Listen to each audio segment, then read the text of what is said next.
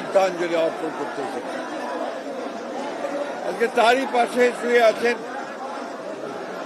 আমাদের আরেকজন জন্মা অপরাজেয় নেত্রী, মহিষী নেত্রী, যিনি তার সারাটা জীবন বাংলাদেশের গণতন্ত্র, স্বাধীনতা ও সার্বভৌমত্বের জন্য লড়াই করে তার জীবন উৎসর্গ করেছেন। শহীদ প্রেসিডেন্ট জিয়া রহমান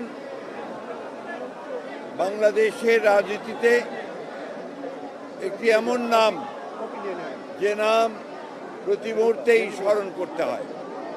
যিনি বাংলাদেশের স্বাধীনতা ঘোষণা করেছিলেন, পরবর্তীকালে বাংলাদেশে গণতন্ত্রকে এবং বহুদলীয় গণতন্ত্রকে তিনি পুরো প্রবর্তন করেছিলেন।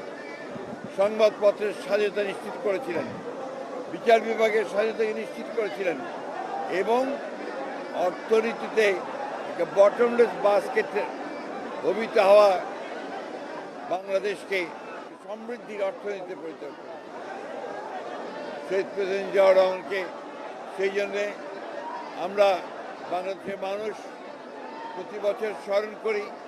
তার অনুসৃত যে পথ, সেই পথে আমরা সামনের দিকে এগিয়ে যাই। একটা উদার গণতান্ত্রিক বাংলাদেশ প্রতিষ্ঠা করবার লক্ষ্যে আমরা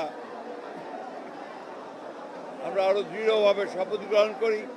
এবং আজকে যখন ফেব্রুয়ারি মাসে 12 তারিখে নির্বাচন ঘোষিত হয়েছে, একটি ছাত্র গণতার অভ্যুত্থানের মধ্য দিয়ে যখন ফ্যাসিস্ট হাসিনা পালিয়ে গেছে, তখন আবার নতুন করে ধ্বংসপ্রাপ্ত অর্থনীতির বাংলাদেশকে গড়ে তোলার জন্য, গণতন্ত্রকে প্রাতিষ্ঠানিক রূপ দেওয়ার জন্য আমরা আজকে এখানে শপথ নিয়েছি।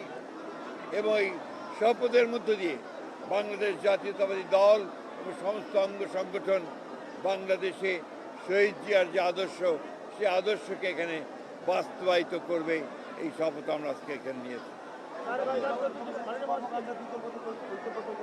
আমরা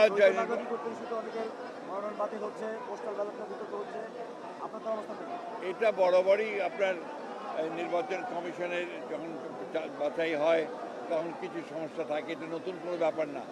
আমরা এখন পর্যন্ত নির্বাচন কমিশনকে দেখেছি যে মোটামুটিভাবে তারা যোগ্যতার সঙ্গেই কাজ করছে। আমাদের যে সমস্যাগুলো একটা আমরা মনে করেছি, সেগুলো আমরা গতকাল তার সামনে তুলে ধরেছি এবং আমরা বিশ্বাস করি যে নির্বাচন কমিশন যোগ্যতার সঙ্গেই এই নির্বাচন পরিচালনা করতে সক্ষম হবে।